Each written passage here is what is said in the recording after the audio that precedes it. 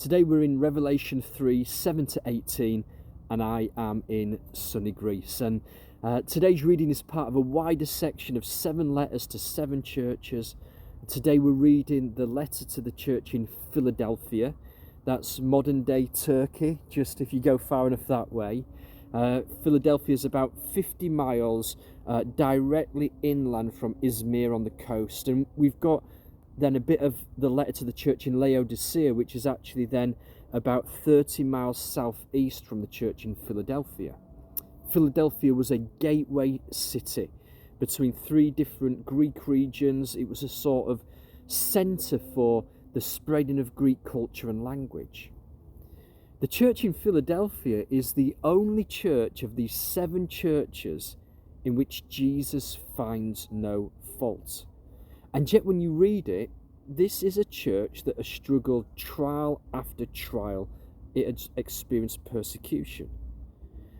And the revelation of the nature of Jesus to this church is that he is holy and he is true. And that word true, well, there are 2 Greek words for the word true in New Testament Greek. This one means authentic, not fake, genuine. And this Jesus is one who holds the key of David. That's a Jewish phrase. This church community is predominantly Jewish, or rather the true Jews, the Jews who have accepted Jesus as their Messiah.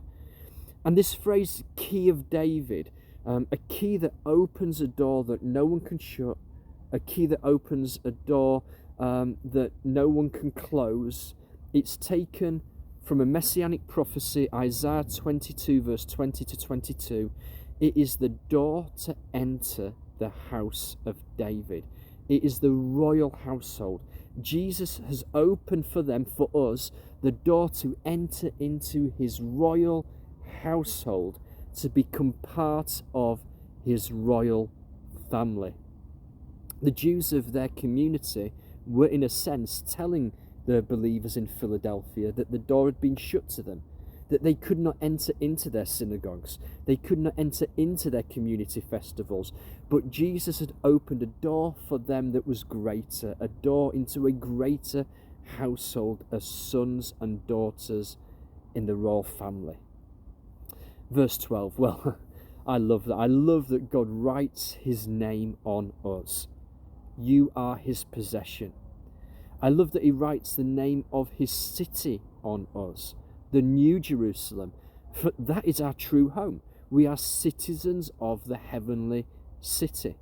And that's important because it's just one example of our future destiny, that actually we don't float up to the sky and spend some time in the clouds in heaven, but actually when Jesus returns, that heavenly Jerusalem descends onto earth.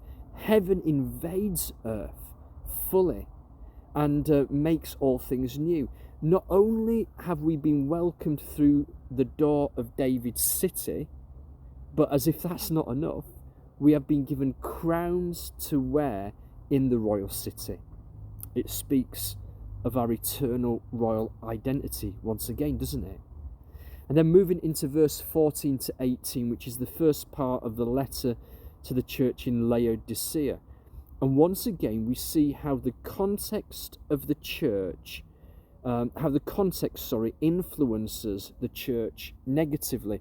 Just like the region of Sardis had this spirit of sleepiness over it, the region of Laodicea was controlled by a stronghold of apathy. And we know that the city of Laodicea was fed by these warm geothermal springs 5 miles out of the city that came down through a system of pipes that had been built and fed water to this city. But by the time they arrived into the city, the hot water was lukewarm. It was neither hot nor cold.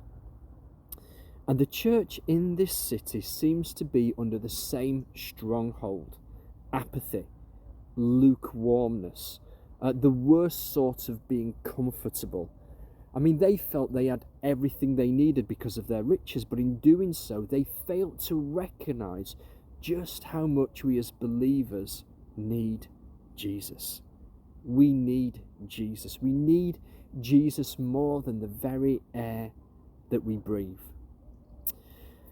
Verse 18, it echoes the nakedness and the shame of Adam and Eve in the garden. I don't know if you noticed that. They've taken what they've desired, they've pursued gain and riches, and in doing so, it's like they've become gods in their own eyes. And it's like they need their eyes to be open to this. To their real state, their fallen state. They need balm for their eyes. I'm going to finish there, but I'd encourage you just to take some time today to reflect on the 7 churches and to discuss with other believers what might be some of the geographical, cultural strongholds that because we live in that context, they can influence us as believers just so subtly. What might the Spirit be wanting to illuminate to us and open our eyes to, so that we can live and love more like Jesus? Have a blessed day.